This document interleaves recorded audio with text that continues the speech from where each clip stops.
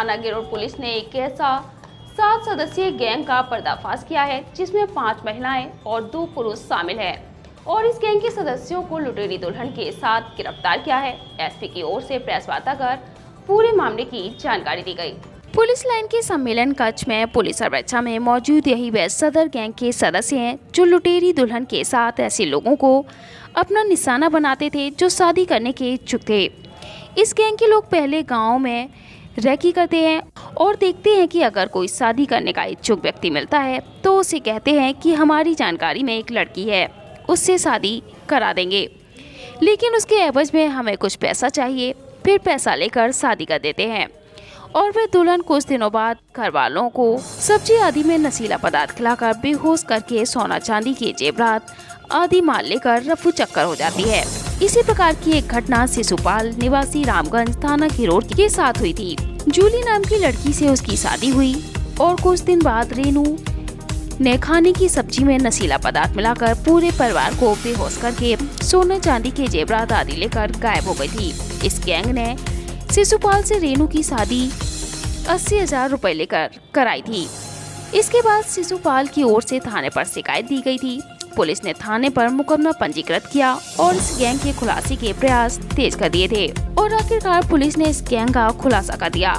गिरोड police द्वारा पकड़े गए गैंग के सदस्यों में लुटेरी दुल्हन भी शामिल थी जिसका नाम जूली बताया गया है। साथ ही पुलिस द्वारा पकड़े गए अन्य गैंग के सदस्यों के नाम देव उर्फ संदीप गुप्ता पुत्र हरिबाबू निवासी कस्बा बेवर, अरविंद पुत्र करण सिंह निवासी करीही जनपद हमीरपुर, नजमा बेगम पत्नी आबिद निवासी नई बस्ती पहाड़िया जनपद बनारस, सुशीला देवी पत्नी शिव गोविंद निवासी काशीराम कॉलोनी जनपद सोनभद्र, उषा देवी पत्नी अरविंद निवासी करही जनपद हमीरपुर, जूली पुत्री स्वर्गीय विपिन बिहारी निवासगंज जनपद चंदौली बताए हैं। पुलिस ने कड़ी कानूनी कार्रवाई करते हुए इनको जेल भेजने का काम किया है।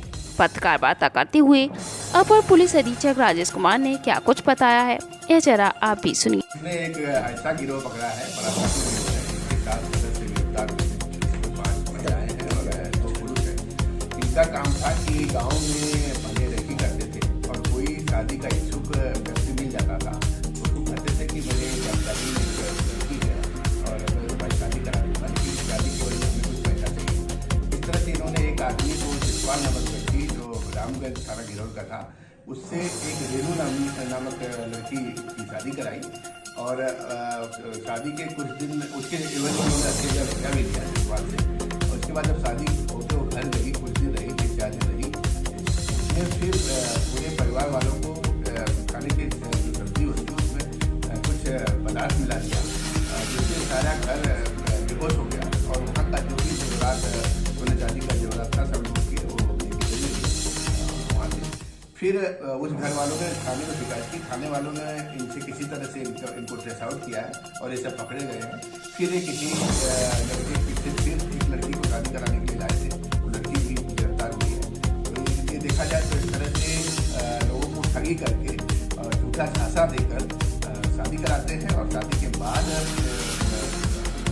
घर में लूटपाट करके फिर वो लड़कियाँ जो भाग जाती है।